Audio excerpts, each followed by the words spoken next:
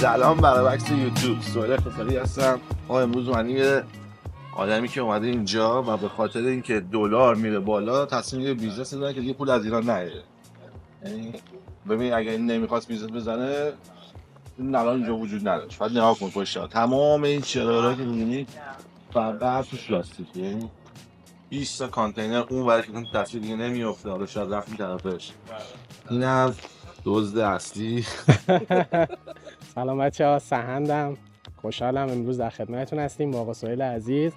امیدوارم که ویدیوی خوبی بشه. برو بریم. خلاصه میگم ببین چقدر جالب. فکر کن دلار اگه نمیرفت بالا الان سر این بیزنس رو نمی‌کرد. دقیقاً. چقدر الان همه ضرر میکردن. اون کسی که قرار 2 سال دیگه واسه سهند کار کنه، کسی که الان واسش کار میکنن، فک و فامیلش که ازش دارن پول در میارن، خودش که الان اینجاست، 4 نفر که دو قرون سیف کردن به خاطر سهند. یعنی تمام اینا ضرر میکردن چون که دلار خوکه بود و سهند میشه خونه پولش میومد.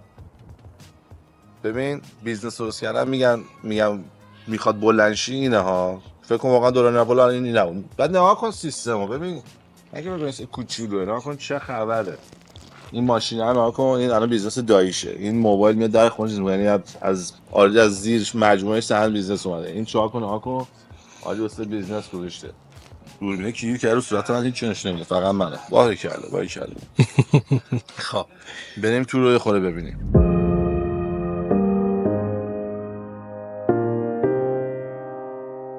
امسال لاستیک‌های آل سیزنمون فکر کنم 30,000 حلقه بوده که الان البته نصفش رفته. خدا رو شکر الان 30,000 حلقه که میشه 35 کانتینر لاستیک آل سیزن که ما از چین وارد کردیم تا الان نصفش رفته. حالا خدا رو شکر یه مقدارش که می‌بینیم مونده و اینا مشتریا. خب ما بیزینسمون اینجا تایر هولسل، همونطور که گفتم ما به تمام دیلرشیپ هایی که ماشین نو میفروشن، ماشین یوزد میفروشن، ماشین نو که خب روش آلردی لاستیک هست، مکانیک شاپ ها و خدمتتون عرض کنم که ما این اپریشن ریتیل هم کنار بیزنسمون باز کردیم که میتونید ببینین که حالا یه مقداری از اکسپنس هامون بتونه.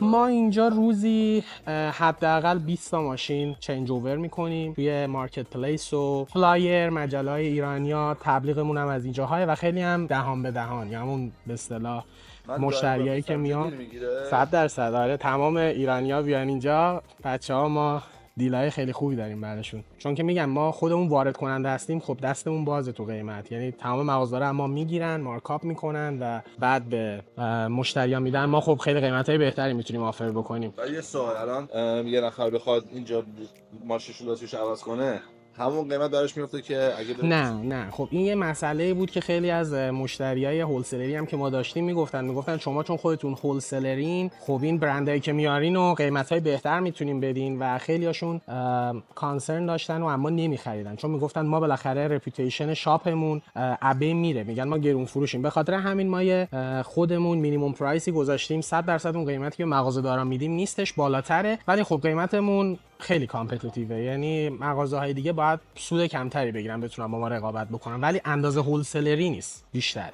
خب فهمیدم. یعنی اگه من براتون مغازه بخوام رو عوض کنم برام در میاد مثلا 150 دلار، ما اینجا مثلا 120 دلار میگیریم، ولی قیمت هول 150 نمیگید تو مغازه مچ میشه. به خاطر اینکه مغازه کارهای دیگه هم میکنه. مغازه مثلا بریک هم عوض میکنه، نمیدونم اویل هم عوض میکنه، ما فقط تایریم. خیلی‌ها به خاطر اینکه سرویس رو انجام بدن مثلا میخوان ببرن هم بریک رو عوض کنه هم تایر رو عوض کنه، آلردی کاستمر اونجاست، کیرم نمیکنه واسه 30 دلار دیفرنس بلندش بیاد حالا پیش من تایر رو اینجا عوض بکنه، اویل اونجا عوض بکنه، بریک اونجا عوض بکنه، همه پکیج از همون مکانیکی که باش راحت و کامفتبل میگیره. و خیلی هم هستن که نه همین 120 دلار میدن، ولی تیپیکلی یکم قیمتشون اما بالاتره. ما هم قیمت هولسل نمیدیم. با حرفی که زدی بیشتر مکسنس میکنه که تو قیمتشو مچ کنی. تو داری میگی من انقدر تخفیفم کمه که یارو به خاطر پول نمیاد، به خاطر این میاد اینجا که سریعتر باشه، راحت‌تر باشه، حالا هر دلیلی که میتونه پیدا کنه.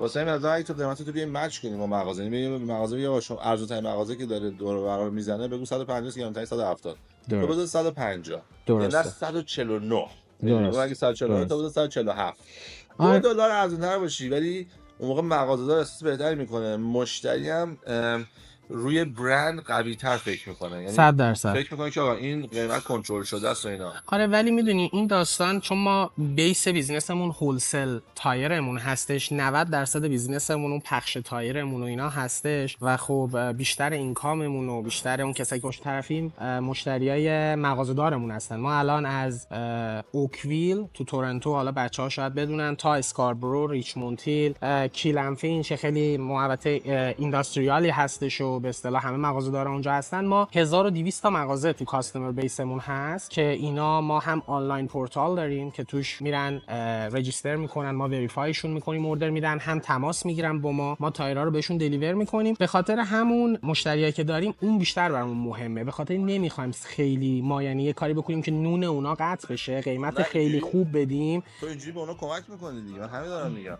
تو قیمتو بری بالا داری میگی من نمیخوام کسی بیاد پیش من، میخوام بیام پیش شما. خب از اون ور این ریتیل اپریشن هم زدیم دیگه، یه جوری وسطش رو گرفتیم و یه داستانی هم که هستش اینه که معلوم میفروشه دیگه، بس قیمت اونه.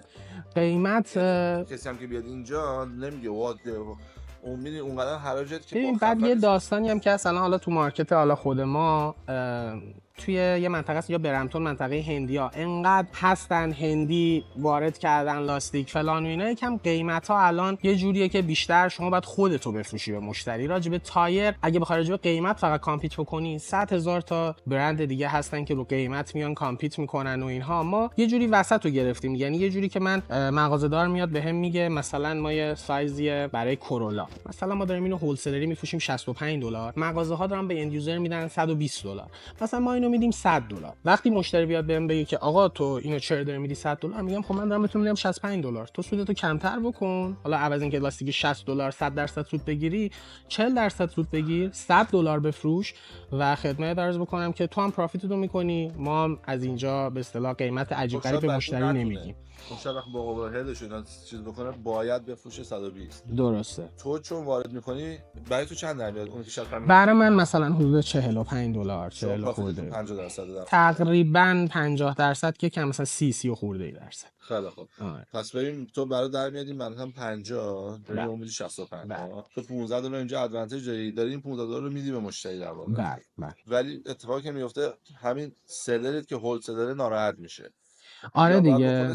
من میگم تو بیا با قیمت اونا مچ کن، بعد سر این اونا بیشتر دلشون میخواد با تو کار کنن. درسته. بعد میگم یه داستانی هم که هستش، هر شاپی با، یعنی مثلا تایر اینجوری نیست که مثلا همون تایر کورولایی که به گفتم $120 همه مغازه $120 بفروشن. من همین گفتم برای باید بری با ارزون ترین مغازه، اگه گفتم بین $120 تا $180 میگن، تو باید بگی من 117. درسته. یعنی پایین‌تر هم باش با $3. درسته. چون تو پوینت فقط اینه که من قدرتم بیشتره. درسته. اون $3 با $30 همون افکت رو داره. مشتری هم میگه که خیلی خوب دیگه این جشنه، چون تنها کسی که توی کانادا میتونه اینو بفروشه $100 تویی. درسته. به غیر از تو همه باشن 120. یعنی تو داری به همه زور میگی.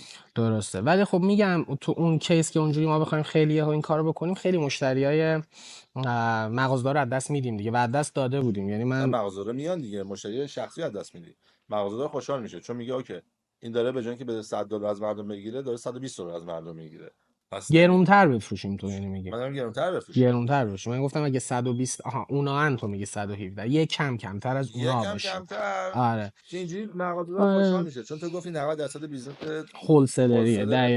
دقیقاً اونا ناراحت نشن. و اصلا دقیقاً یه بحثی مثلا یکی از مشتری ایرانیمون از مشتری خوبی هم هست، اون دفعه میگفت که ما یه مهمونی خانوادگی رفته بودیم، بعد مثلا میدونیم مکانیک که هستن، مثلا خب همه دوستا و آشناها همه میدونن که این مکانیکه، مثلا خب برای سالها بهشون تایر میفروخته و میگفته من چون فرند فامیلی ما هستین قیمت خیلی خوب میدم. حالا یه جوری با ما آشنا شده بود، اومده بود اما قیمت بهتر گرفته بود و این یهو استاپ کرد، اما دیگه نخرید. من رفتم پیشش گفتم که چرا اما دیگه نمیخرین؟ آره ما خیلی با هم دیگه کار میکردیم و اینا. گفت که شما آبرو منو بردین. من گفتم ما اصلا چه اتفاقی افتاد، اصلا بیزینس هم نکنیم برام مهمه، شما دوست ما هستین. اینقدر رفتم اومدم اصلا جواب نمیداد، ناراحت بود و اینا. گفت من این مهمونی خانوادگی رفتم، یه تایر از شما خریده بودم، مثلا داده بودم به کازینم، گفته بودم که مثلا همین قیمت. بعد حالا این یه طریقی شما رو پیدا کرده، اومده مثلا گفته که من یه همچین تایری میخوام، پرایس چند، شما بهش پرایس داده بودین و این اومد گفت دست در نکنه دیگه، مثلا من کازینتم، به من این قیمت رو دادی و اینا، من دیگه شما نمیخرم و دیگه خلاصه این یه داستانی شد و اینا دیگه و واقعا هم اما نخرید. واقعا هم بعد اون با اینکه ما قیمتامون هم بهتر بود و اینها واقعا ناراحت شد نخرید. به خاطر همین یکم میگم این حرف من همه جوری تو رو کمک می‌کنه درسته. دیگه. آره تو قیمت ببر بالا، بعد چه اتفاقی میفته تو بیزنس تو گفتی روزی چند نفر اینجا ملاسی عوض 20 می‌کنن؟ نفر 20 تا نفر. اوریج. مثلا خب. زمستون خب بیشتره، مثلا 40 تا 50 تا، یه روزای خیلی خلوتم 10 تا، اوریج 20 تا ماشین. خب بعد اتفاقی که میفته تو الان قیمت رو اگر 20% ببری بالا، من خیلی دارم از الکی این حرفا رو قدردان میکنم ولی واسه همین حدودا خواهد بود. تو 20% قیمت رو ببری بالا که با مغازهای بیرون مچ بشی که مغازه دیگه ناراحت نشن، تو 20% مشتری تو از دست میدی. خب چون میگه دیگه چرا بیام اینجاست، واسه $20 میومده، میگه من مغازه‌ای که بغل خونه رو میکنم. این اصلا ضرر نیست. چرا؟ شماره یک دلیل اولش اینکه این ضرر نیست اینه که تو وقتی 20% بردی بالا، تو 20% درآمدت رفته بالا، پس اون پولی که اونا بهت میدونن تو داری در میاری، پس تو درآمدی از دست ندی، ولی 4 نفر کمتر اینجا سرویس میکنی، پس تو وقت بردی. این هیدرولیک 4 دفعه کمتر کار کرده، مشفندری 4 دفعه کمتر اینجا زحمت بکشه، کارگر کمتر کار کرده، برق کمتر مصرف کرده، تو همه جا داری میبری. از این ور تو این یارو که غیب نمیشه، این یارو اگه بخواد از پیش تو بره میره پیش که دیگه تایر تو داره میفروشه، انیور تایر ما فروخته میشه ولی از طریق یکی از دیگه. طریق دیگه. یعنی تو مشتری خوشحال میشه، مشتری برمیگره پیش تو میگه ببین تایرشو خوب داره یعنی میبری، من آلردی اون سیل رو میکنم از یه جا دیگه و کردیت هم از سلره میگیری دقیقاً. که الان نمیگیری. دقیقاً هیچ جوری تو ضرر نمیتونی بکنی. درست. این کاری که من خیلی ریکامند میکنم تو اینو انجام بده و قیمت تو با ارزون ترین ساپلایرت مچ کن، با یه فاصله کوچولو $3 $3 $5 عوض کن. درسته.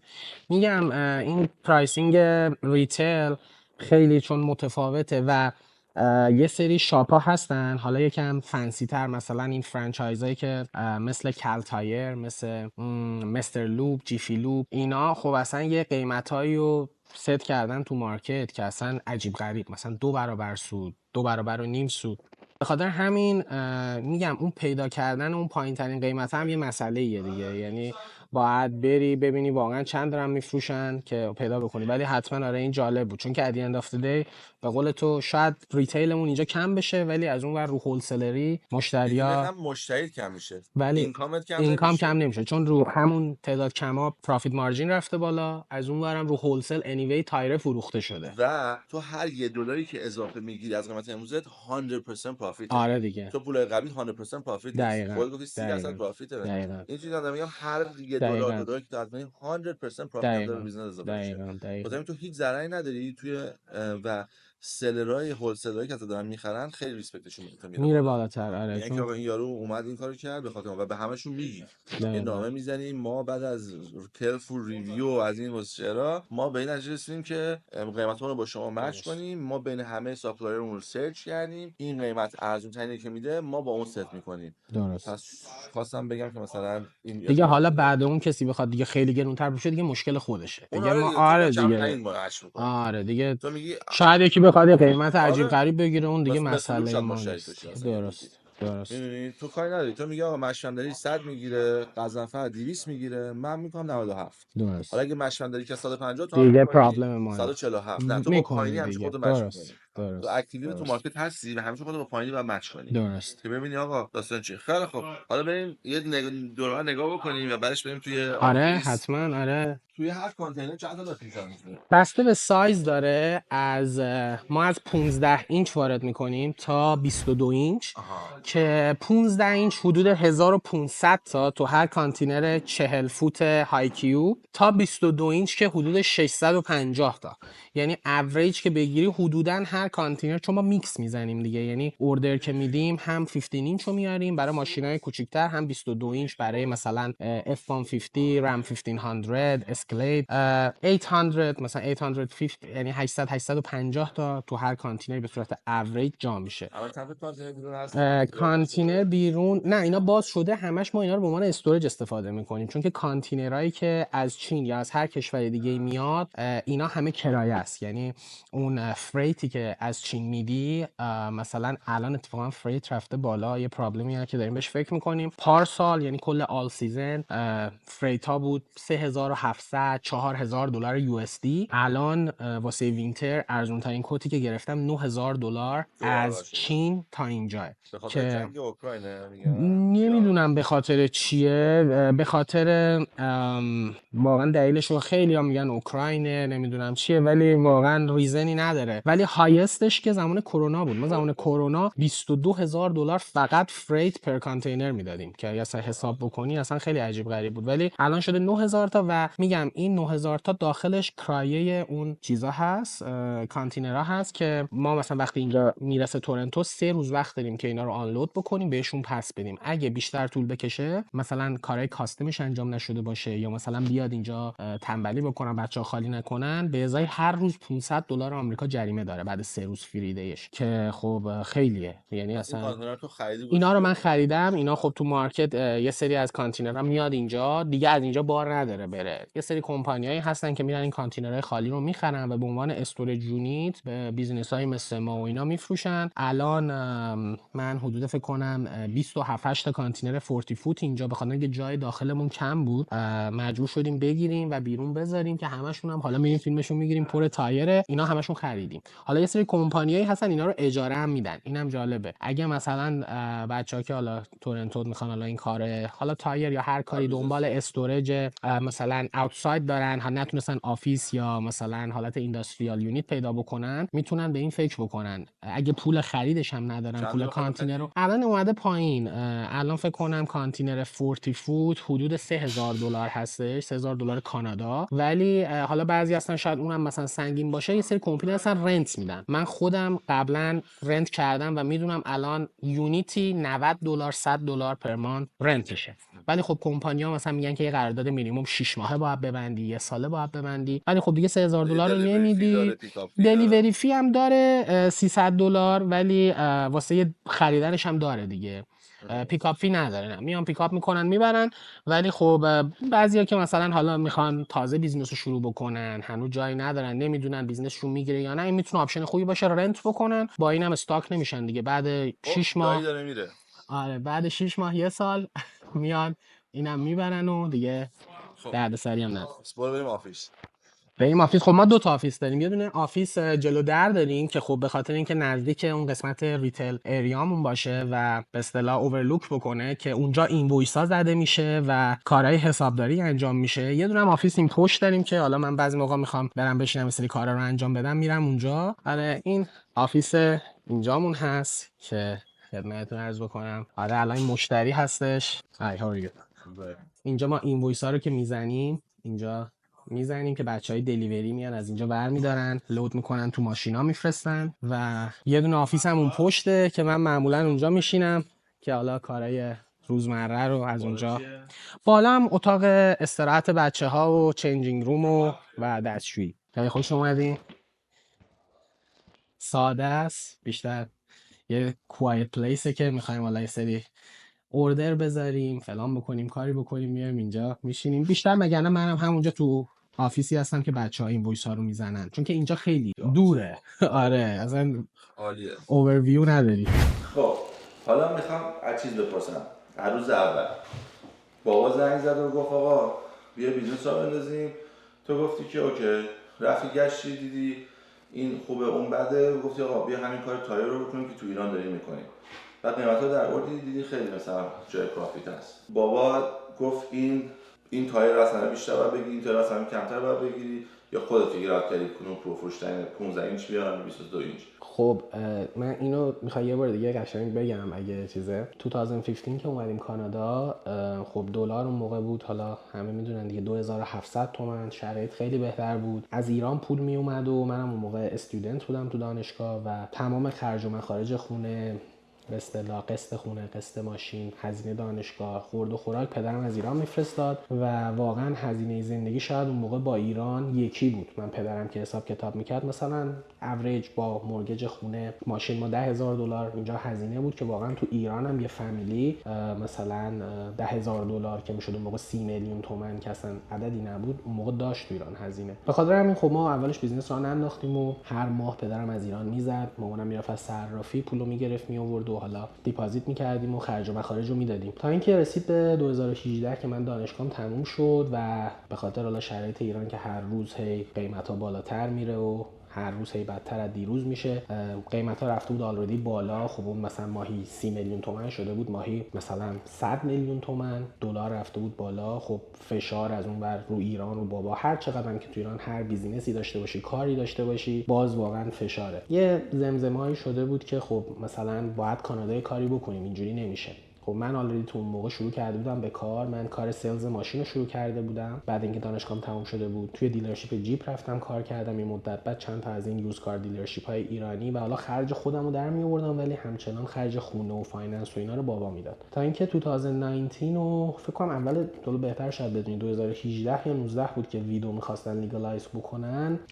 ما یک از دوستامون که حالا خواهرش توی فارمسی کار می‌کرد و تو این چیزا بود، گفت من مجوز این پرورش ویدو گرفتم و نیاز به یه اینوستور دارم. که اون موقع بود که ما اکچولی راجع به بیزنس فکر کردیم و رفتیم شرکت ثبت کردیم کاراشو بکنیم و اینا، که دیدیم که خب این کار چقدر پول مثلا می‌خواست؟ فکر کنم چیزی که میگفتن 1,200,000 واسه یه مزرعه که همه پلناش هم خود گاورمنت میداد و همه کارا رو میومد اوورویو می‌کرد. یه مسئله‌ای که داشت اگه اشتباه نکنم این بود که تو باید همه اینوستمنت رو می‌کردی، اون یونیت رو می‌ساختی، همه کارا رو می‌کردی. یه دونه چون بالاخره یه بیزنسی که تو با گاورمنت طرفی دیگه، تو اینا رو که نمیتونی بری تو پابلیک بفروشی، همه پروداکت تو یه نفر گاورمنت میاد وزن میکنه ازت میخره.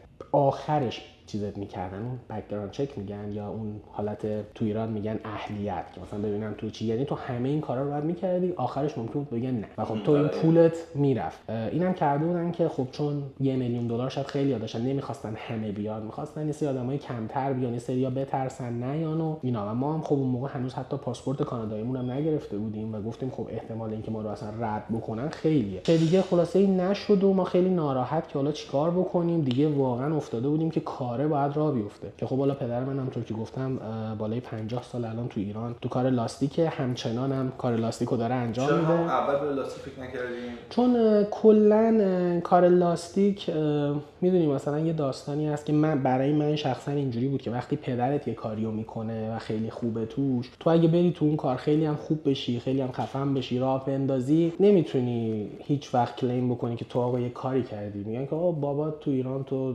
خفن لاستیکه، حالا تو اومدی. مشکلش باشور بوده، مشکل همینه، شما خانم خفن بوده. میدونی من میخواستم که یه کار دیفرنت رو بکنم. گفتم کار تایر رو، من اینو میخوام کسی نگاه میکنه کار باباتون آقا بین تا ته انجام بدید، بذار همه بگن، حرف مردم ارزش نداره. ببین همینجا به تو افتاده، یعنی الان تو کار باباتون میکنی چقدر خوش شدی.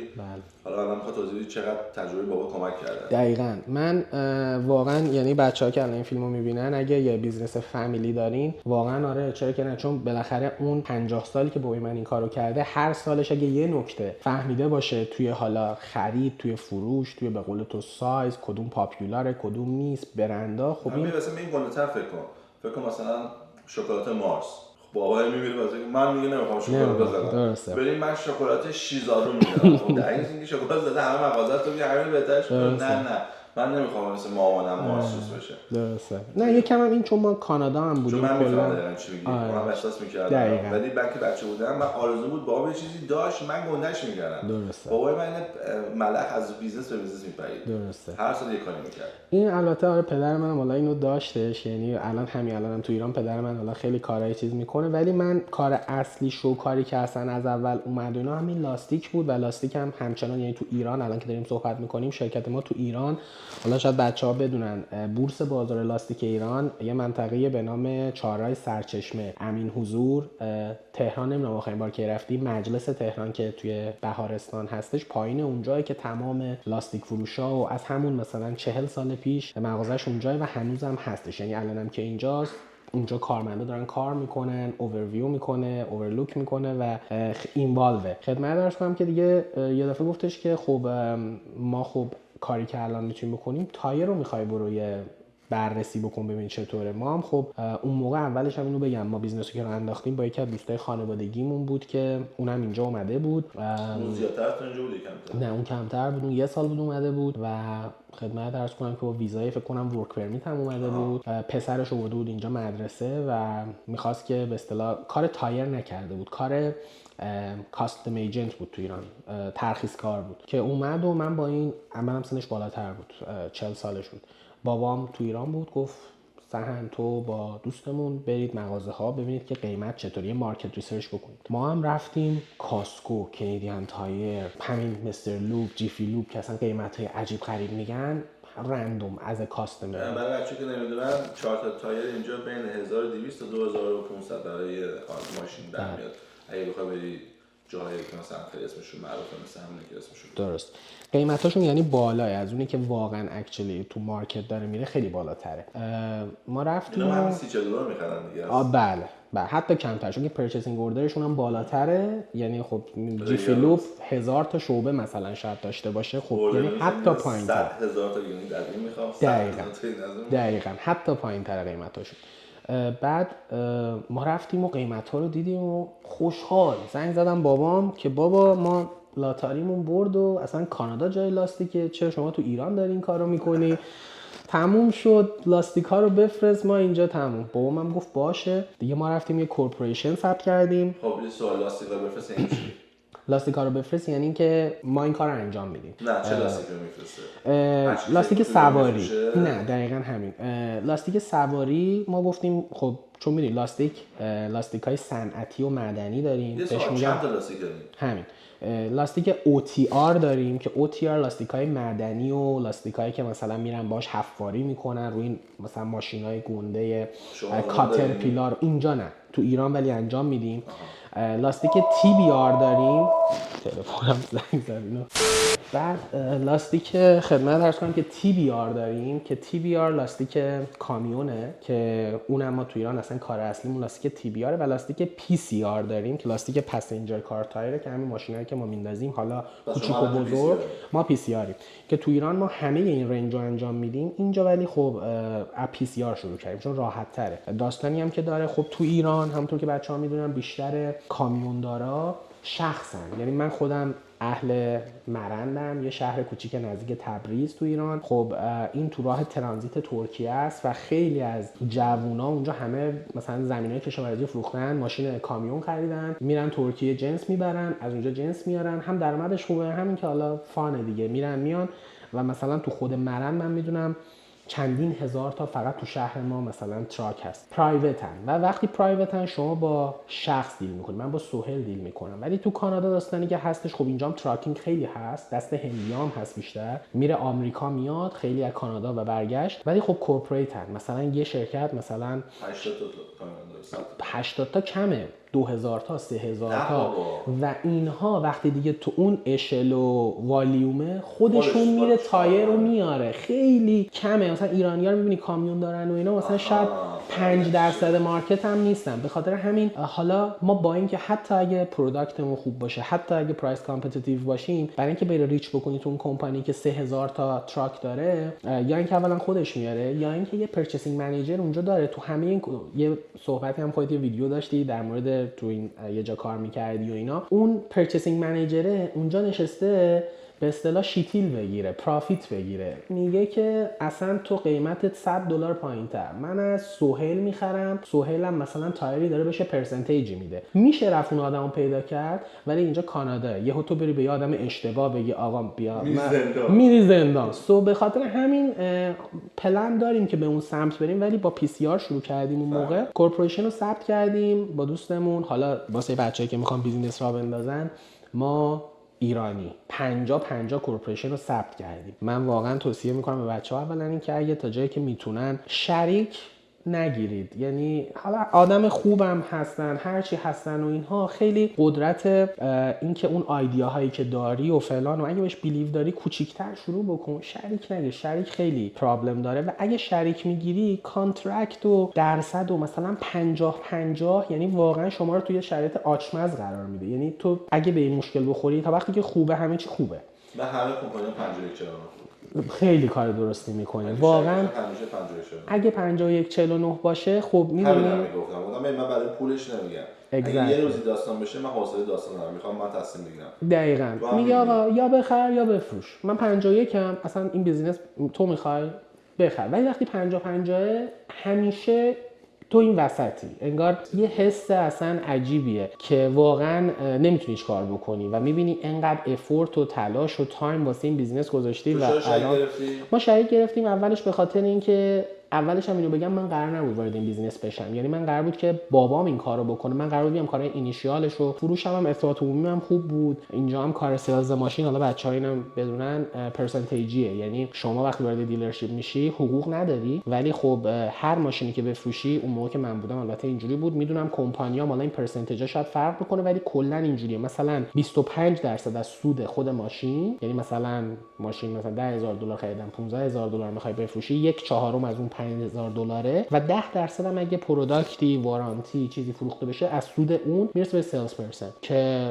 بعضی موقع خب برای همین سلز پرسن خیلی دلش نمیخواد به تو دیسکاونت بده. دقیقاً سلز پرسن نمیخواد که اون پروفیت رو نگه داره، چون 25% از اون مال اونه. حالا الان یه کمپانیایی مثل تسلا اومدن میگن که، یا مثلا مثل هیوندای میگن که ما سلز پرسنامون کامیشن بیس نیستن، فلت ریت میدیم. مثلا پر یونیت که میفروشن $250 میدیم بهشون، که مثلا چون خیلیا که مثلا من که خودم تو کار اینداستری ماشینم میرم یه جا نگوشیت کنم، میبینم یارو خیلی تاف داره میشه، میگم مثلا حالا اوکی، مثلا میدونم تو هم نمیخوای قیمت بیاد پایین و اینا. این کمپانی‌ها اینا اومدن این کارو کردن، مثلا میگن ما کامیشن بیس نیستیم. به خاطر همین منم تو اون کار بودم و درآمدم هم خوب بود و اینکه کلا با بابام راستش رو بگم من نخواسته بود که تو وارد این بیزینس بشو، چون میدید من اونجا درآمدمو دارم. این یه بیزینس نوپا بود، نمیدونست چقدر قرار درآمد بده، نمیخواست که من اون کریری که 2-3 سال زحمت کشیدم، میگه بذار ما اینو حداقل راه بندازیم به یه جایی برسه بعد. که دیگه خلاصه بابا اینا یه ورهاوس گرفتن. حالا اگه بچه‌ها بدونن سمت جین و هایوی 7 اونجا یه جای اینداستریال تورنتو هستش که حالا خیلی بیزنسیای اتوماتیو اونجا هستن. بیزنس راه افتاد و حالا یه 3-4 ماه بود که راه افتاده بود. چجوری تصمیم گرفتی چه لاستیکایی بیاری؟ لاستیکو که من خب پدرم، ما که اول تصمیم گرفتیم که لاستیک چینی بیاریم، به خاطر اینکه لاستیکای سایز هم مهمه. سایز خب میدونیم مثلا همه چی رو میخوام. تو ایران یه سری سایزهای پاپولار داریم با توجه به ماشینا. مثلا تو ایران پراید 206 405 که اینا خب مثلا 12 اینچ و 13 اینچ و 14 اینچن، ولی خب ما می‌دونیم که تو کانادا خب مثلا 12 13 اینچ دیگه نیست، 14 اینچ هم خیلی کم هستش.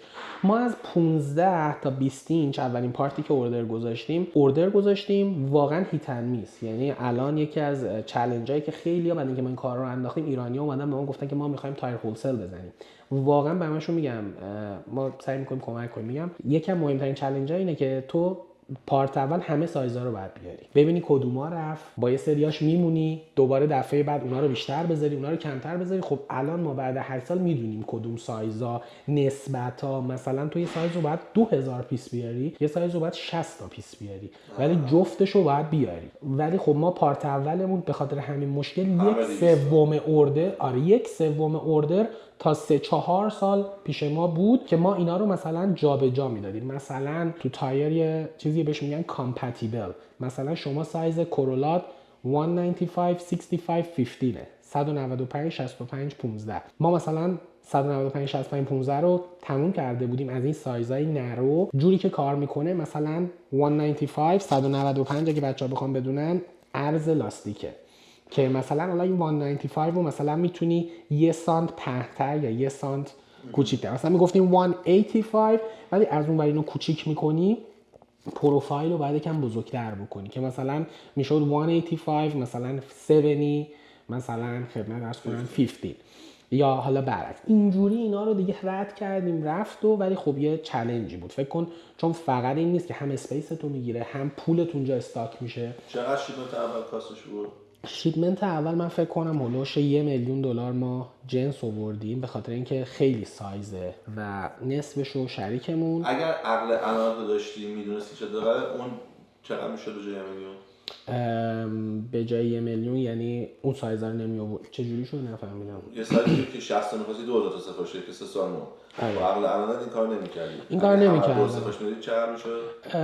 شاید همون $1 میلیون. نه نمی‌تونی لاستیک بیشتر بیاری. همونه که اگه درست می‌کردی چقدر میشد؟ شاید میشد $600,000. این بهش میگن تجربه. دقیقاً میشد 600، یعنی همون چیزایی که لازم بود و میوردم شاید $600,000 میشد، یا اون $400,000 اکستراشو میتونستم سایزهای بیشتر پرمصرفتر رو بیارم. دقیقاً نکته خوبی اشاره کردی. دقیقاً تجربه اینجاها، ولی خب میگم تجربه پدر من تو اینجا به ما کمک نمیکرد، چون که تو کانادا من اصلا همین مثلا خیلی جالبه، چون تجربه اون چی انتخاب کنی ترانسفر نمیشه. دقیقاً چون اینجا یه مارکت دیگه است، ماشینا دیگه است، فلان و اینا دیگه. خلاصه ما 50 کمپانی رو شروع کردیم، منم نبودم تا اینکه یه روز یه شریکم به من زنگ زد گفت سن دی آفت کیه؟ گفتم سه شنبه. گفت بیا اینجا. رفتم اونجا دیدم ببین سویل تایرها تا سقف همه ریخته، یه دونه مشتری نیست. اون موقع هم همین قسمت ریتیل بیزنس اونم را ننداخته بودیم. نشستن گفت سن ما موندیم. خب این دوستمونم تازه اومد و زبانش هم خوب نبود و اینا، نمیتونیم بفروشیم، چیکار بکنیم؟ جنسام اومده، هزینه رنت. این چند وقت بعد از اینکه جنس رسیده؟ یه ماه و نیم. مثلا یه ماه و نیم یه دونه شد. یه دونه که دروغه، ولی مثلا شاید مثلا 100 تا تایر، ولی توی مثلا یه حجمی مثلا شما فکر کن 15,000 تا تایر، 100 تا تایر هیچیه، صفره. گفت که ما نمیتونیم. مثلا رفته بودن یه 4 تا مغازه ایرانی توی این منطقه ریچموند که حالا بچه‌ها میدونن مثلا محل ایرانیاست، من پیدا کرده بودن. حالا اونم چه جوری؟ چون که مثلا کمپانی زیاد استراکچر نداشت اینا، مثلا میرفتن 4 تا تایری که خب اینجا همه، یعنی 90% این بیزنس ما مثلا پریپیه، یعنی مثلا کردیت کارت آن فایل میگیری قبل اینکه تایر شیپ بشه، چارج میکنی، یا اینکه میبری دلیوری میکنی، کش آن دلیوری، چک یا ای ترانسفر میکنن. اینا مثلا میرفتیم مثلا اونجا 4 تا تایر گذاشته بودن، مثلا من سیستمو چک کردم، گفت که مثلا کی تایر بردی؟ مثلا فکر کن 1 جون، 1/6 چک داده بود. مثلا تو چه ماهیه؟ گفتم مثلا 6، 1/9 برای $200.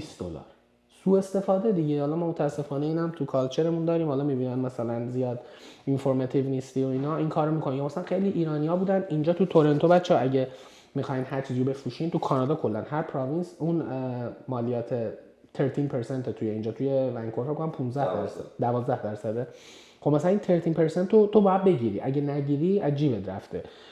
ما یه مشتری ایرانی داشتیم که ما می‌خرید و اینا، میگم من کش میدم اینو به بچه‌ها، تکس نمیدم. اینا هم بلد نبودن که اولش گفتن اوکی. بعد که رفتیم یه اکانتنت پیدا کردیم، گفت آقا این تایرها رو الان همه 13% رو باید از جیبشون بدیم. ما به این گفتیم که آقا ما 13% رو بهت اینوایس میدیم، 13% هم میگیریم تو جیب ما که نمیره، میره واسه گاورمنت، باید هم بگیری. نه شما، من یه کار میکنم شما نتونین دیگه بفروشین فلان. که اومد برای ما یه ریویو هم گذاشت که اینا نیو من تو کانادا تایرشون رو نندازین، من تو هایوی تایرم ترکی و داشتم بدبخت میشدم. از اینا نخرید. تو یکی از پادکست‌های خودت فکر کنم به این اشاره که شنیده بودم و اینا، ولی با این یوزرهای فیک میذارن. مثلا گذاشته بود آلن که یعنی هنوزم تو پیج گوگل بیزنس پیج من بری، این اولین ریویوم این 1 ستاره هست که میتونین ببینی. آلن نمیتونی، حالا شاید نمیدونم بتونن حالا تریس بکنن با کدوم آی پی گذاشته شده. خودم باید میکشور کنم که کیه. فیگرات کنی چطوری اینو تریس کنی. دقیقاً تابیک تو گوگل داری اون میتونه حساب بکنه. پلیس میشه نوشته سیستمش رو میشه. دقیقاً. حالا پلیس هم که تو کانادا اصلا میگه تو بگو الان اونه بعد آره تو میده. حالا پلیس و حالا یه چیز بود، یه بار یه داستانای واسه پلیس واسه بیزینس واسه ما شده، حالا اونم مثلا یه داستانیه. خلاصه آقا ما بیزینس رو به من گفت که بیا، گفت نتونستیم بفروشیم و من گفتم که خب چه کمکی دست من برمیاد. منم تا اون موقع خب پدرم تو ایران لاستیک فروش بود، کار لاستیک بود، ولی خب اولا که ایران با اینجا خیلی متفاوته، بعدم که همون داستانی که گفتم، حالا اون بچه تر که بودیم سنمون پایین تر بود، میخواستم که بگم که من یه کار دیفرنت ابا میکنم. یعنی حتی اون اینفورمیشن هایی که میرفتم تو محل کارش، سایزا رو میشنیدم، اینا رو اصلا انگار از این میگرفتم از این میدادم بیرون که من اصلا نمیخوام چه تایر بدونم، بابام تایره، من میخوام برم فلان بشم. که اومدم صفر، من گفتم من چیکار میتونم بکنم، من کاری نمیتونم بکنم.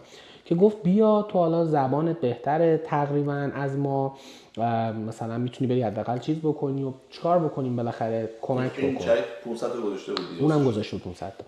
که من گفتم باشه. من رفتم از دیلرشیپ که کار میکردم، ماهی هم تکس در رفته 6 تا 7 تا که درآمد بدی نیست بعد تکس تو کانادا درآمد داشتم. قبلش به بابا زنگ زدم، خیلی اینجاش جالبه. گفتم بابا اصلا به من نگفته، تو داری به من میگی دیافت که من هر روز با بابام دارم ایران صحبت میکنم، اصلا یه بار منشن هم نکرده ما نفروختیم برو اونجا. گفت که خب نه بابات تو داری در میاری، نمیخواد مثلا کریر تو رو خراب بکنه و اینا. زنگ زدم گفتم بابا این دوستمون میگه که تو بیا، واقعا تو میخوای من بیام؟ گفت من ندارم ماهی به 6-7 هزار تا بدم گفتم که نه خب منم نخواستم 6-7 هزار تا، ولی خب از اون ورم منم از وقتی که دانشگاه اومدم بیرون پول تو جیبی که دیگه از تو نمیگیرم، خب منم بالاخره میدونم همه این کارا رو واسه ما میکنی، ولی خب منم باید درآمدی داشته باشم و اینا. گفت من هفته‌ای ماهی 1500 تا میدم. گفتم ماهی 1500 تا خیلی زوره و اینا فلان. گفتش که من اون کمپانیو زده بودم که خرجو در بیاره، درم نیاره، حالا میفروشیم ارزون با کاست و اینا میزنیم میره، مهم نیست، ولی اگه واقعا میخوای بری اون بیزینس رو کمک بکنی و اینا 50% واسه منه که این دیواید میشه به 3، یکیش من، یکیش مامانت، یکیش تو، که میشه 16.5%. که این 16.5% پرافیتش مال تو، خود 16.5% نه، یعنی که میشد مثلا 100 و مثلا $70,000 $170,000 مال تو نیست. اگه بفروشیم آخر سال مالی کلکولیت بکنیم چقدر سود کرده، سود 16% مال تو. حالا میای اونجا کار میکنیم هم انقدر چک و چونه قرار شد 2000 تا بده، هفته‌ای 500 تا که من حداقل اموراتم بگذره دیگه، موبایلم و بیرون رفتنم و دیگه. خلاصه ما فرداش اومدیم و کویت کردم و اومدم شروع کردم. خب من دیلرشیپ که میرفتم باش با کت شلوار و خیلی نایس و اونجا میشستیم و کافی و یه لباس ورزشی میپوشیدم. گفتم باید چیکار بکنم، 2000 تا پرایس لیست چاپ کرده بودم، همه سایزایی که داشتیم که خیلی سایزش مثلا چرت و پرت بود. میرفتم مغازه ها دونه دونه، سلام سهندم از رودستار تایر، ما تایر میفروشیم. بعد خب تو خود جای مکانیکه، تو آلردی مثلا 20 سال داری این کارو میکنی، آلردی تایرت میگم خب مثلا به چپم مثلا مهم نیست برام تو کی، نه اوکی بذار همونجا برو. هیچ ریاکشنی، یعنی من برای 1 ماه هر روز میرفتم مغازه های مختلف میذاشتم، هیچی، تا اینکه گفتم اشتباهه یه چیزی اینجا، یعنی نمیتونه، ما یا قیمت اون اشتباهه یا نحوه اپروچ هم اشتباهه. گفتم خب از من نمیخرن از یکی میخرن، از کی دارن میخرن؟ تایر میدونی یه استیکرایی داره ما هم میبینیم، مثلا این برند و اینا رو مینویسه. هر جا میرفتم اینا رو مینوشتم که مثلا آقا برندی که دارم میبینم چیه، مثلا میشلن، مثلا فلان، حالا تو چاینیز که ما بیشتر چاینیز کار میکردیم و میگم مثلا کپسن، مثلا لنویگیتور که الان ما وارد میکنیم، مینوشتم میدم یه سریاش که داره تکرار میشه. اومدم حالا ما تو موقع دیساید کرده بودیم که به خاطر اینکه ما اکسپنسامون در بیاد این قسمت ریتیل هم را بندازیم، مغازه ها نمیخرن حداقل به پابلیک بفروشیم. واسه این داستانمون گفتم ببین اما نمیخرم، ولی من این برند رو هر جا میرم میبینم یه کمپانی که داره اینو میفروشه. رفتیم حالت مهندسی معکوس، اون کسی که دارن میفروشن رو پیدا کردیم، زنگ زدیم، نگفتیم که ما هولسلیم، گفتیم ما رودستار تایریم، ما تایر عوض میکنیم، میخوایم از شما تایر بخریم، پرایس لیست دارین یا آنلاین اکانت دارین، چه جوریه؟ تمام این کمپانیایی که تورنتو رو بازارش دستشون بود، چه ریس چه درست، و تمام اکانتاشون رو گرفتم، پرایس لیستاشون رو گرفتم. و حالا اینجا تجربه بابا، اینجا تماس گرفتم بابا ما اولا که سایز اشتباه آوردیم، بعدم اینکه اون پرافیت هایی که تو ذهنمون بود 20% 30% همینجوری راحت مثلا بفروشی برو اینا، این خبرا نیست. یه سری سایزها خیلی کامپتیتیو، سودا پایینتره، یه سری سایزها بالا بیشتره، این برندا دارن میفروشن، تو چه اطلاعاتی میتونی راجع به این برندا به من بدی؟ با توجه به تجربه تو ایران استفاده کردی یا میشناسی؟ که حالا اینجا بابا اومد وارد کار شد و گفت مثلا اوکی مثلا این کمپانی مثلا لاستیکای SUVش خوبه، لاستیکای اسپورت مثلا این فیچر رو لک میده، مثلا اسپید ریتینگش فلانه، که من همه این اینفورمیشن ها رو گرفتم 2 هفته تو آفیس.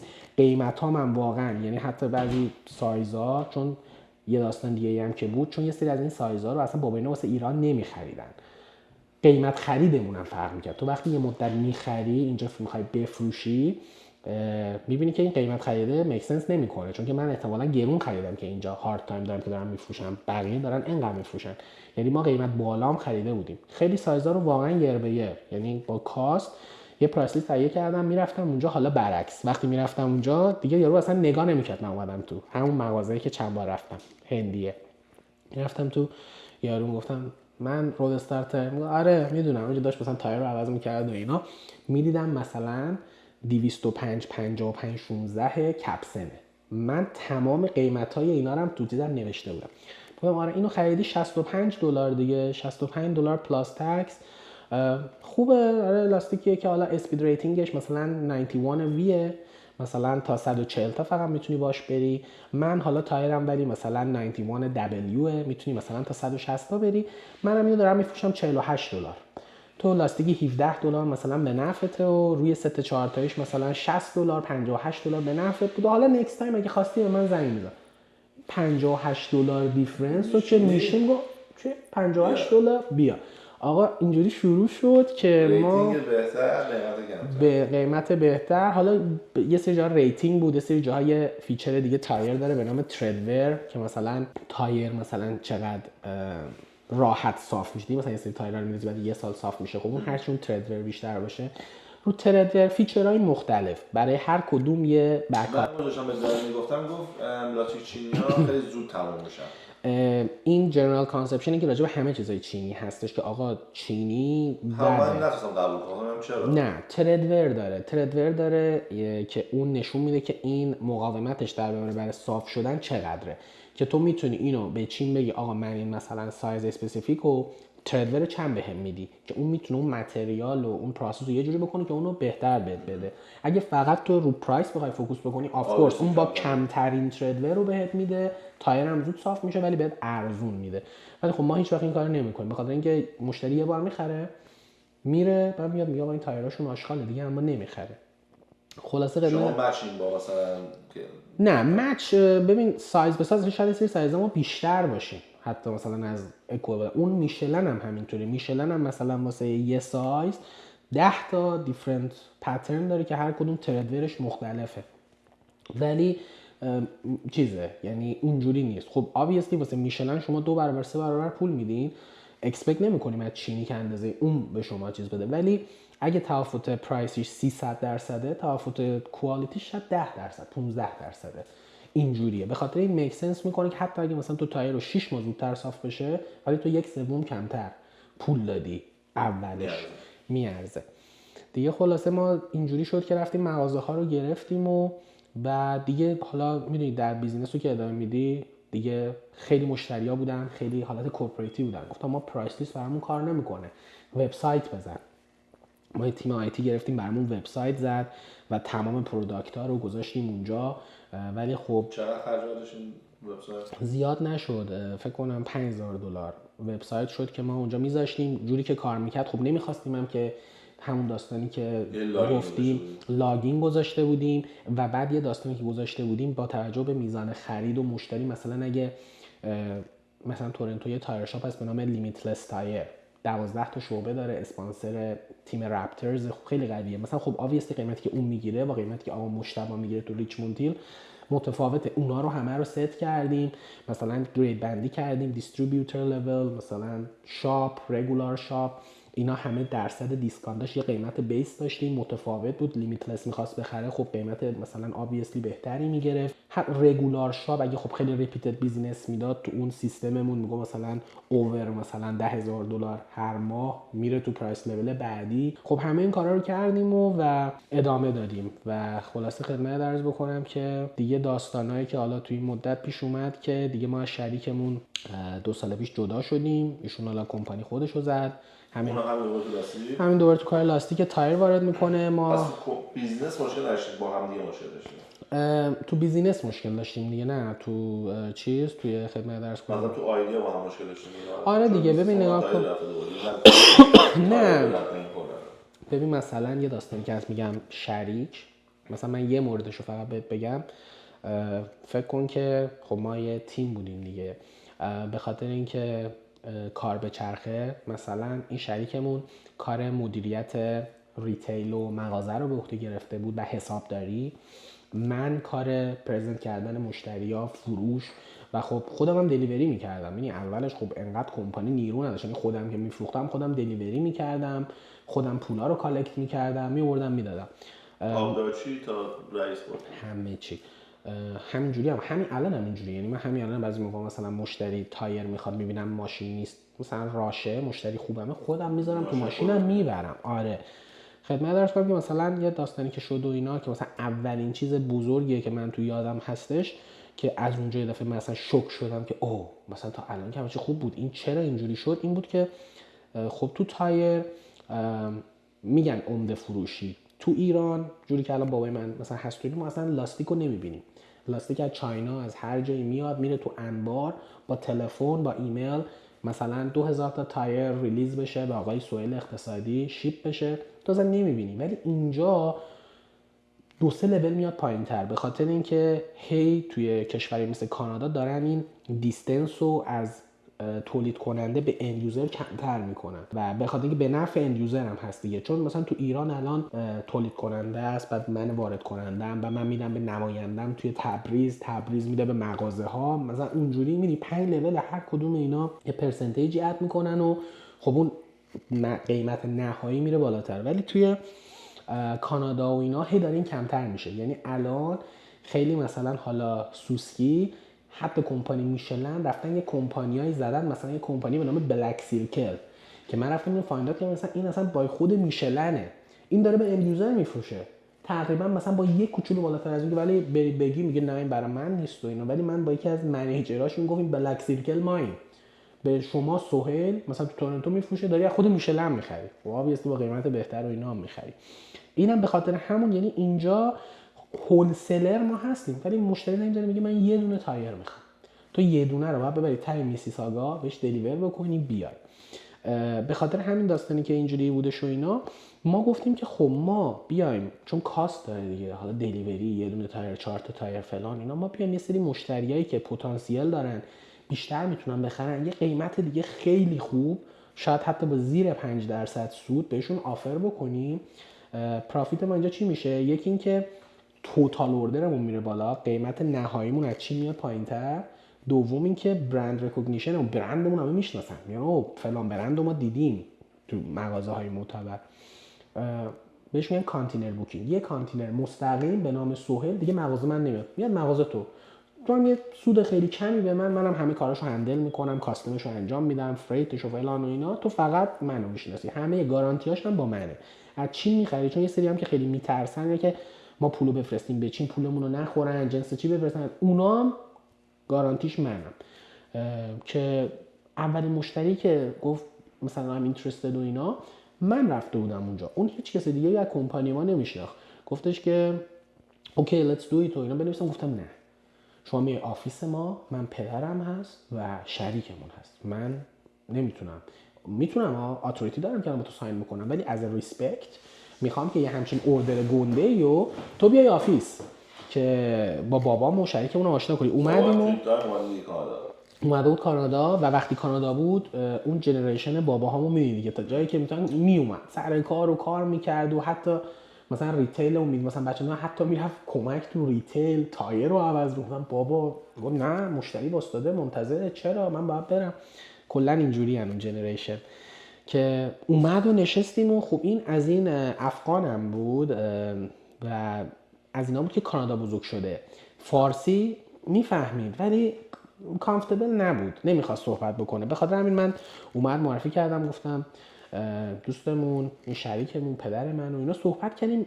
وسط صحبت این چون داشت راجع به بیزینس هم صحبت میکرد و اینا، نمیخواست مثلا به فارسی که بهش زیاد مسلط نیست یه سری حرفا رو بزنه که یه موقع اشتباه بشه، انگلیسی صحبت میکرد. خب انگلیسی هم رو به من میگفت چون مثلا بابای من و شریکمون شاید انگلیسیشون اونقدر خوب نبود.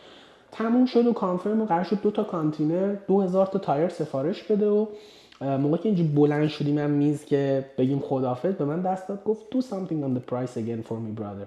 گفت یه کاری واسه قیمت واسه من بکن. من گفتم sure I will do it، میکنم don't worry. این رفت و بعد ما مینوایل خب مثلا ما میگفتم دیگه ما کارهای اپریشن هم خودمون میکردیم. اوردر اومده بود، مشتری‌ها مسیج زده بودن، ایمیل زده بودن، سر این وایسا رو زدیم و اینا، خودم دویدم تایرها رو جمع کن بذار تو ماشین ببر. یهو دیدم این در گاراژو داد پایین، تعطیله امروز کار نمی‌کنیم. بله چی شده فلان؟ بابا گفت چی شده؟ اونجا تو آفیس اون گفتش که قیمتو خوب بکن، تو چی گفتی؟ گفتم چی گفتم یادم نمیاد. گفت که گفتی قیمتو خوب میکنم. گفتم آره دیگه. خب میکنم نداریم میکنیم، من اینجا فلانم، من شریکم. احساس کرده بود که لفت اوت شد، مثلا این اینجا مثلا چیز شد، دیده بود که خب تایر که بابای منه، کانکشنای چی، اینجا هم یه مشتری ها همه میان میگن سهند، این اینجا چیه، این اینجا مثلا نخودیه. آقا اعصاب ما رو خورد کرد، دعوا فلان. از اون روز شروع شد همینجوری چیزای کوچیک و بزرگ، مسخره ترین چیزی که میتونی فکر بکنی. اصلا ببین خیلی مسخره و چیزای کوچیک و بزرگ شروع شد هی سر چیزای مسخره. خب زبانش خوب نبود، ما 2-3 تا برند وارد میکردیم، مثلا یه دونه از این برندها رو گفت من باید صحبت بکنم، ما هم گفتیم اوکی. آقا مثلا فکر کن هر کمپانی چین چند تا برند میزنه دیگه، مثلا لنویگیتور که الان ما وارد میکنیم دوباره این زنگ زد، ای پلاس میزنه، کامپاسل میزنه و خدمت درس کنم که قطع کنیم آفیس میگه آره کامپاسل میزنه، لنویگیتور میزنه، رویال بلک میزنه. و خب فکر کن ما یه بار مثلا یکی از ایشوهایی که پیش اومد یه کانتینر سفارش داده بودیم برند لنویگیتور و منتظر بودیم لنویگیتور بیاد. آقا اومد کانتینر خالی شد، من اینا رو هم پیش فروش کرده بودم، یعنی آلردی از یکی دیپازیت گرفته بودم فروخته بودم. اومد دیدیم رویال بلکه، گفتیم آقا رویال بلک سفارش ندادیم، ما لنویگیتور سفارش داده بودیم. موسی اوکی دیگه من بهتون نگفتم چون نمیخواستم اصلا. گفتم آقا خب یه همچین چیزی و من دیپازیت که اگه قرار بود اینجا باشه نفروخته بودیم. گفتم رویال بلک، نمیذاش ما در جریان و اینا و اصرار داشت که من باید با این فکتوری صحبت بکنم. بعد میگفتم موسی میشه بدی مثلا چت ها رو من بخونم، همش با گوگل ترنسلیت. مثلا فکر کن تو میخوای صحبتی رو بگی آلردی که چینی‌ها همینجوری زبان رو نمیفهمن، با گوگل ترنسلیت بعد مثلا فکر کن شیپمنت دیر شده. خب تو نرمالش چیه؟ خودت تو هم جنس وارد کردی، اینه که آقا یه ایمیل میدی، اولا که تو قراردادت یه کلازایی میذاری که اگه مشکل شد این دمیج، این خسارت، این فلانه. این از این استیکرهای نارنجی هست توی چیز عصبانیه، مثلا برای یارو 3 صفحه استیکر نارنجی فرستاده بود از این عصبانی. خب بعد اون فکتوری چین چه فکری راجع به کمپانی ما میکنه؟ میگه اینا مثلا 4 نفر نشستن پروفشنال نیستن دیگه. خب بعد از اون ور این کارا رو میکنه، دیر میده، لنویگیتور رویال بلک میگه 200 تا بفرست، میبینه تو انبار 500 تا داره شده بود. مثلا ما 200 پیس اوردر دادیم، خب این 200 پیس هم استادی کردیم دیگه، مثلا آقا ما اینجا استوریجمون کمه 500 تا. آقا چرا 500 تا فرستادیم دیگه، همینه که هست. به خاطر همین بهش هم میگفتیم که آقا اینو ول کن، من بذار صحبت بکنم، شما رو در جریان میذارم، به تو میگم فاینال نظر تو رو میگیرم. قبول نمیکرد، به خاطر همین دیگه از هم جدا شدیم. اتفاقا تو بیزینس مگه نه پرسونال الان با هم دیگه صحبت میکنیم و به خاطر همین میگم یعنی شریک واقعا الان هم داره بیزینسش رو میکنه، موفقه واسه خودش. ما وقتی که از اون جدا شدیم من احساس میکنم خیلی موفق تر شدیم، چون که واقعا اون ایدیاهایی که داریم جنس‌ها رو نصب کردیم. نه جنس‌ها رو ما کمپانی رودستار رو ما برداشتیم، چون همین رودستار بود اسم، ما کمپانی رو برداشتیم و بایاتشون کردیم، اونا رفتن یه کمپانی از صفر، یه برند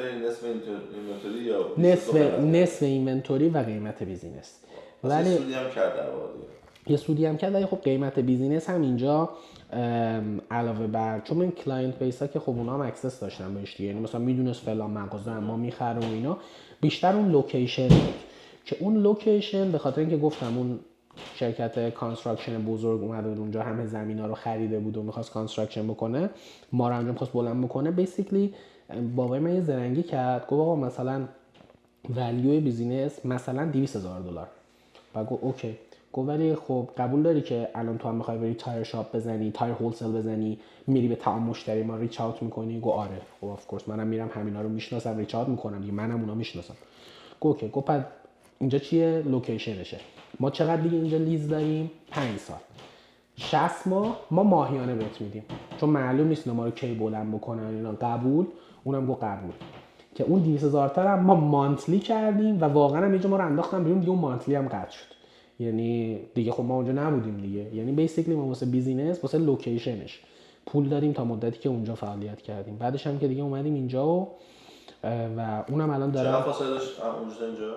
اینجا تا اینجا شاید مثلا 20 دقیقه با ماشین، زیاد نه. ولی یه داستانی که داره تورنتو چند تا، حالا بچه‌ها که اینجا هستن شاید بدونن، چند تا خب هایوی و مثلا هایوی 401 و 400 و 407، خب اون یه جایی لوکیت شده بود که 407 پولیه دیگه. آره اون یه جایی لوکیت شده بود که نزدیک بورس اتوماتیو بود. اینجا ما الان توی قسمت محله ایرانیا بیشتر شهریه، این دور و بر زیاد مکانیک شاپ و اینا نمیبینی. اونجا که ما بودیم به خاطر همین الان اکچولی ما خیلی از مشتریامون رو لوز کردیم، چون اینا عادت کرده بودن. خیلی از این مکانیکا مشتری میاد اونجا مثلا بریکش عوض بکنه، همونجا تایر رو نگاه میکرد، تایرت هم باید عوض بشه، میخوای سهم 4 تا بفرست. خب ما اون بغل بودیم، نزدیک بودیم، سریع رو میفرستادم. الان ریچموندیلم میگم 2 ساعت. بعد اون نمیتونه مشتری هم وقت نداره واسه از سر کارش آف گرفته، لانچ تایمش اومده یه دقیقه بریکو عوض بکنه بره و اینا. به خاطر همین خیلی مشتری هم لوز کردیم اینجا.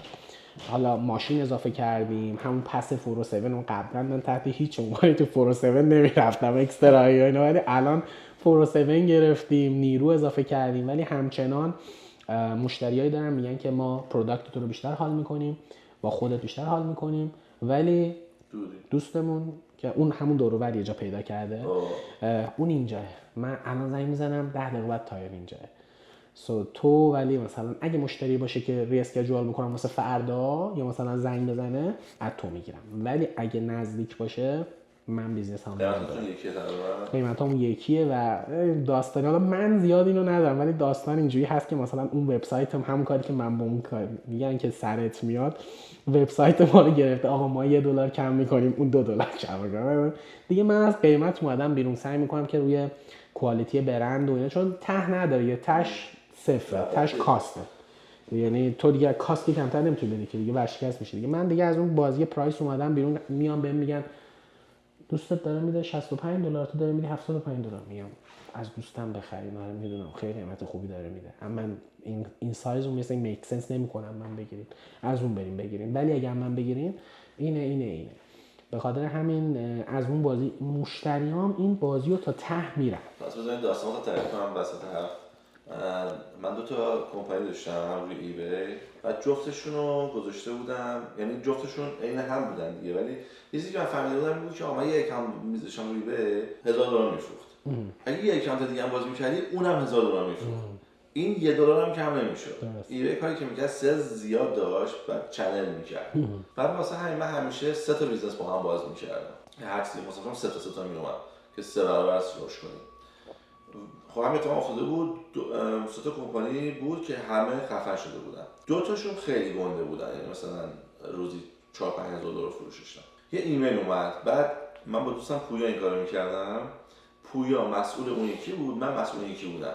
یعنی همه چیز ستاپ شده رو تلفن اون، یکی همه چیز رو تلفن من که اگه ایمیل شب اگه میاد من جواب میدم اون اینجوری. چون اگه ایمیل میفهمید یه نفره میبسه که بعد صبح نشسته بودیم بغل هم داشتیم با هم میگفتیم میخندیم، اون کافیش داشت میخورد و من گلمو داشتم میزدم. یه ایمیل واسه من اومد که من مثلا 1500 تا جوهر میخوام، چند به من میدی؟ و من داشتم میخوندم یهو پویا گفت سهیل یکی ایمیل زده میگه 1500. گفتم اسمش غضنفره؟ گفت آره. گفتم به منم زده. گفت خب چند بهش بگیم؟ گفتم تو چند میخوای بگی؟ نشست حساب کتاب کرد، گفت آقا بیس اینو من میخوام بگم مثلا میگم $1. گفتم خیلی خوب من میگم 1.25. یه پویاش میگه گفت وا چرا؟ گفتم من بهشم 1.25 و من بهش میفروشم. و خندید گفت یعنی چی؟ چرا الان این اتفاق داره میفته؟ گفتم که کار میکنیم دیگه، باید نشون بدم سیلز پرسنی مهمتر از قیمته. گفت اوکی یور آن. شب دستیم $100 رو افتادیم روش. اون قیمت زد که آره ما اینیم. حالا فهمید کلم شده دیگه، یعنی اون داره سعی میکنه بفروشه، یعنی داره میگه آقا ما ساک میزنیم برات، وارنتیمون اینطوریه، هر کاری میخوای بکنی ما هستیم. اون ایمیلشو زد، من ایمیلمو زدم و فردا صبح یه ریپلای اومد که من قیمت دارم از جای دیگه $1. دقیقا. من گفتم که خیلی عالیه، برو از همون بگیر، من به خاطر این تخفیف نمیدم و ما رو کیفیت کار میکنیم. این کمپانی هم که میگم میشناسم، فیدبکش هم قویه، میبینم 9 پازیتیوه، فکر نمیکنم مشکلی باشه، موفق باشی. یا دوباره این مزه نمیشه دو رفتی بیاری پایین. گفتم حتی یه سنت روزی که من زدی گفتی بهتر قیمتش این بهتر قیمت منه، اگه سرویس من میخوای اینجوری که ایمیل میزنی میبینی ظرف 3 ثانیه جواب میاد، این استایل کمپانی ماه.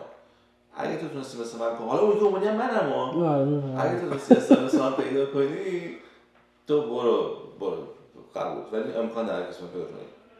فردا صبح بریم آفیس، پیپر من پول اومده بود مثلا $7,000. پویان گفت قشنگ فقط نشست روی صندلی واسه 7 بار گفت how هر چی که تو گفتی منم گفتم. تو گفتی 3 سال وارنتی داری، تو گفتی 3 سال وارنتی داری، من گفتم این منم گفت یه روزه میفرستیم. چرا؟ آره چون اونو تو ذهنش کاشته که این شاید یه چیزیه که تخفیف هم نمیده، فلان هم نمیکنه. همیشه آدمایی که اعتماد نفسشون بالاتره، مردم بیشتر بهشون اعتماد میکنن. برای که داره قیمت میاره پایین، داره سگ لح میزنه که مشتری بگیره. اون که میگه من تا 75 من میگه اوکی این یارو یه چیزیه. بعد پشت ذهن بدونی که بفهمه به این چیزا فکر میکنه، میگه نکنه مثلا وقتی تریدر یاد میگیره میگه نکنه مثلا یارو تریدر لورتر میگیره. بعد نگاه میکنه جفتش هم داره 100 ها، این که چینه، این 100 اوردر داده گفته الکی داده. دقیقاً همین چیزایی که میگی خیلی برام جالبه که حالا نبودی تو تایر دقیقاً، ولی اینا الان تو ذهنت چه گرفت. دقیقاً همین، یعنی میگن، یعنی من حتی دقیقاً همینی که میگی و به من گفتن، میگم که من مثلا تریدم اینه، میگن اینو که دقیقاً تو گفت، میگم بابا اینا تو تایر میزنه، ابلیگیشن کمپانی نمیشه خودش عدد بزنه، هیچ کمپانی این کارو نمیکنه. یارو داره سالی چند صد میلیون دلار میفروشه، بیاد حالا سر یه دونه حالا شیپمنت من بهش گفتم اینو عوض بکن که من تو کانادا نمیکنه این کارو. ولی دقیقاً همین داستانا و حالا به نفع من همین کارو کردم. جوهر پرینتر 1 سال بود وارنتیش. بعد من گفتم چیکار کنم که کل مارکت رو بی‌ناموس کنم. به چین گفتم رو جواب من بزن 3 سال وارنتی. چین گفت ما 1 سالش وارنتی نمیدیم. گفتم وارنتی نمیدیم. 2 سالش شما بزن 3 سال من خودم وارنتیش میکنم. ولی نامه فرستاد که امضا کن تو از ما وارنتی دیگه نمیخوام. اون امضا کردم براشون فرستادم. گفت شما میذاریم 3 سال. بعد نزدیک 6 ماه همه‌شون دیوونه میشدن. چه جوری این داره 3 سال؟ اونا به کارخونه‌ها قور می‌زدن که چرا این 3 سال میدیم. ما نمیدیم، ما 1 سال وارنتیمون.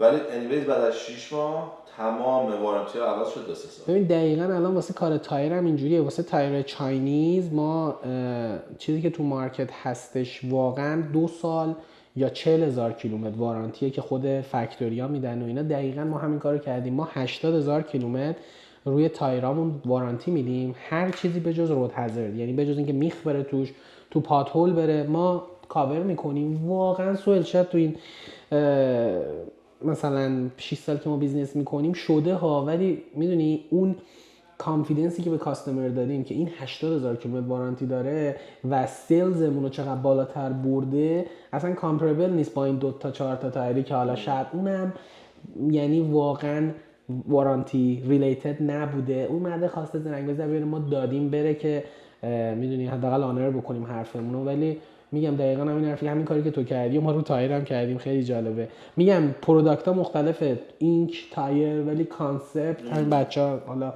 الان گوش میکنن میگه آقا این سهم داره راجع به تایر یه سری اینفورمیشن یا سوئل داره میگه اینک، ولی کانسپت اینه. یعنی تو فردا این دستمال کاغذی هم بخوای بیاری میبینید، یعنی الان اشتراکاتو من دارم که این کار کردم میبینم دقیقاً کاری که تو کردی و من روی وارانتی رود هازارد نمیدونم یکیه، همش یکیه. یعنی بیزینس میفهمیم که یکیه، فقط پروداکت مختلفه، تمام تئوریا همه چی یکیه که بعد اینا خب حالا فقط برای آخر پادکست راجع به خوبیاشو بگو.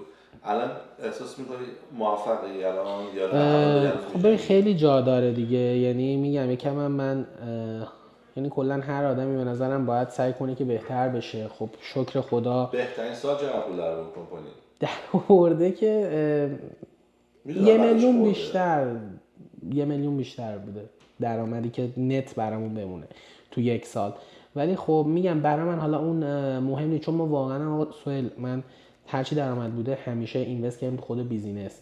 میگم مثلا گفتم ما با $1,000,000 شروع کردیم، بعد وسط شریکمون جدا شد، یعنی بیسیکلی $500,000 ما دیگه پول از اولش تزریق نکردیم. خب شکر خدا از 2019 تا الان تمام هزینه‌های خونه، زندگی، بالاخره مامانم، خواهرم، علاوه بر اون دیدیم ما اینجا 10 نفر امپلویی داریم، هر کدوم اینا 3-4 نفر خانواده دارن. خب اینا من اینجوری نگاه میکنم بهش، خب اولش فقط ما خودمون بودیم، الان هم دوست شدیم باشون، هم دارن نون میبرن سر خانوادهشون، ما هم شکر خدا سودمون رو میکنیم.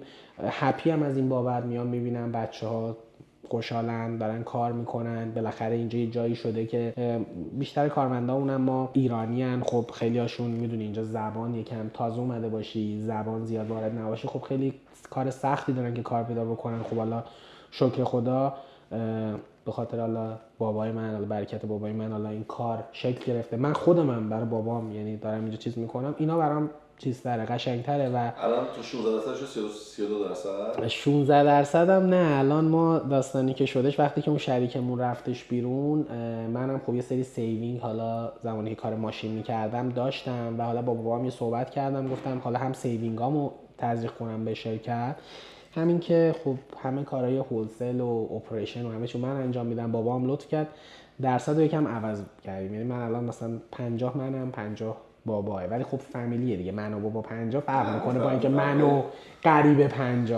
میدونی، یعنی اون قریبه میاد با 50 اذیتت، ولی با پدرت که تو اصلا تکنیکی الان سهمت شد 66 یعنی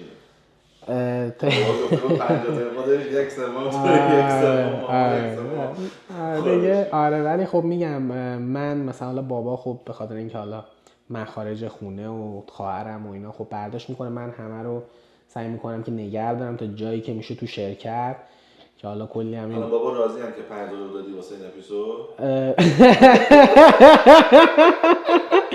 باور میکنی پرسید صبح که اومدم اینجا خیلی جالبه، پدرای ایرانی به خدا نشسته بود تو صندلی، گفتم که کم تمیز بکنید و اینا، دوستم آقا سهیل میخواد بیاد اینا یوتیوب چنل بگیره، چقدر پول دادی؟ گفتم که چیزی ندارم 2-3 هزار تا.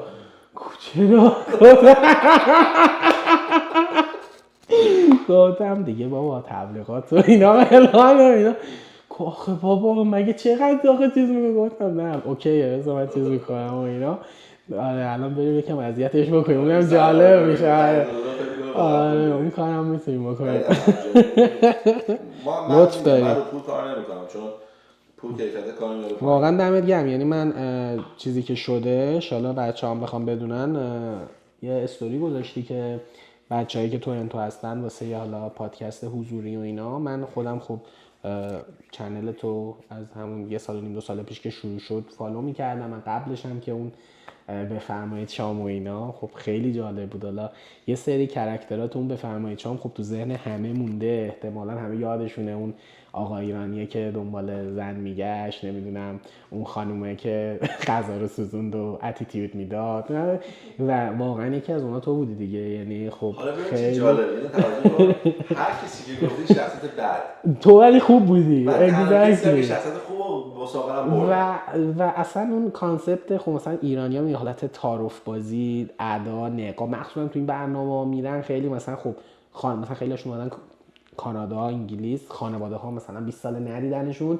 میخوان که اونجا ببینن نقاب. او ما با کلاس تو مثلا اومدی با اون لباس گاوه و مثلا اون خونت که اومدن و اینا، مثلا به همه گفته بودی لباس چیز، گفتی من اینجوری حال میکنم و اینا. یا مثلا اون اولش که تو سونا تو هات تاپ بودی و هات تاپ بودی یا تو وام بودی، مثلا می‌بینی خیلی ساختار شکن، یعنی مثلا نمیدیدی اون موقع انقدر سوشال مدیا و اینا نبود که مثلا حالا الان دیگه همه جون. موقع مثلا شبکه‌های ماهواره بود و خیلی کم فیسبوک بود و اینستاگرام هم اونقدر زیاد خیلی نه تازه داشت میاد. بعد یهو مثلا میدی مثلا این چرا اینجوری شد، بعد احساس صمیمیت میکردی، میگفتی این چه باحال، همه میان اینجا قیافه من اینم، در صورتی که خیلی ها پریتند میکنن چیزی هستن و نیستن. ولی خب همون موقع من یادمه خب مثلا خونت، زندگیت، میدونی اگه میخواستی مثلا اون کانسپت ایرانی‌ها رو از خونم یه فیلم بگیر من اینجوری میکنم، هیچ کدوم اونا نبود. و حتی موقع شات تمام ماشینا از درایور بردن. exactly. آره ولی مثلا دیده بودی ماشین که هست مال مامانم، دیدی که مثلا ایرانی‌های دیگه همش شواف و فلان و لهجه صحبت، تو مثلا اینجا این همه سال بودی. خب من اون که یادم بود، بعدم اون میگم چنل یوتیوب تو فالو میکردم و همیشه مثلا بعضی موقع دارم از سر کار، من معمولا ساعت 10-11 میمونم مثلا اینجا سر کارا رو میکنم، میرم خونه، تو راه خونه یوتیوب سوهیل اقتصادی رو میکنم، این پادکست ها رو همینجوری تو راه گوش میدم و خیلی برام جالب بود که دیروز که به بچه‌ها گفتم سوهیل میخواد بیاد، تو همین کامیونیتی کوچیک کارمندای من مرتضی میشناخته، دیدی سلام کرد، و یه دوست دیگه هم رامین یزدان که اونم همکار دایمه، اونم گفتم که فردا آره گفت که اونم گفت سوهیل اقتصادی داره میاد، گفتم آره سوهیل. یعنی واقعا میبینم که توی مارکت، حالا ایران نمیدونم حالا تو دیتا بهتره چقدر یوتیوب قویه، ولی تو اینجا که هستش و اینا واقعا میبینم که همه گوش میدن، همه هم واقعا دوستت دارن، چون که خودتی نظراتو میدی. شاید من خیلی نظرایی که مثلا تو چنل تو از طرف تو میشنم و قبول نداشته باشم، ولی برام جالبه که تو میگی، نمیترسی. خیلی هستن که اصلا نظر رو نمیگن به خاطر اینکه یه سری نظر منفی راجع به خودشون نگیرن. آقا 99% کسایی که با من ویدیو گرفتن جلو عقبشون فرق داره. آره دقیقاً همین، یعنی خدمت، ولی تو خودتی، یعنی مثلا یه سری شاید یه سری نظرهای خیلی چیزا میگی که میدونی که از این شاید خیلی برخورد منفی هم میگیری، ولی میگی این نظر منه I don't care و این ریسپکت میاره. و وقتی تو میای مثلا به من میگی سهم من به من دست میدی، من میگم که این سهیل وقتی یه حرفی میزنه همونه، این واسه من جالبه. دقیقاً و این جالبه. و بهت هم مسیج دادم خیلی استریت فوروارد، یعنی گفتم سهیل بهت اول تو اون کوچینگ باکس زدم، بعد فکر کنم بهت وایس دادم، گفتم سهیل جان من مثلا این کانسپت های پادکست های بیزینسی که میگیری و اینا، ما یه بیزینس اینجوری هستیم و اینا، گفتی نایس let's do it و هماهنگ کردیم و اومدی و واقعا هم که حالا پول که اصلا شوخی هیچی، اومدی لطف کردی و لذت هم بردم واقعا از هم آشناییت هم صحبت کردن. امیدوارم که بچه ها هم یه چیزی از این پادکست حالا دستشون اومده باشه. سعی کردیم که خیلی عالی بود، همین که در واقع اولش فیل شده بود بعد تو اومدی چرخوندیش، خیلی مهمه که آدما نمیدونم چقدر یا ارزشمنده توی کمپانی. درسته. مثلا حتی بخوای گنده نکنی، مثلا تو یکی مثلا مثل استیو جابز قلب اپل بود. درست. و وقتی که مرده هیچ کار وحشتناکی، حتی ساعت هم استیو جابز دیزاین کرده بود مرده. آره بود. تمام چیزی که زدم اون کلوکاسه داشته که هیچ کسی استفاده داشته. اوور پرایس خیلی به نظر من. هیچ استفاده به نظر من اینو بذاری با چی بذاری تو جیبت که کلندر اینجا باشه. خب بابا نگاه کردم ساعت 4 بعد میگم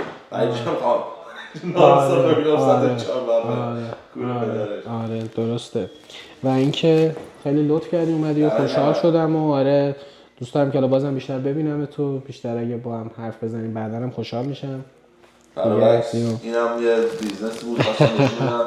اگه هر کی میخواد بگه ما 1 میلیون نداریم دیگه همه ویدیو واسه تو درست نمیشه.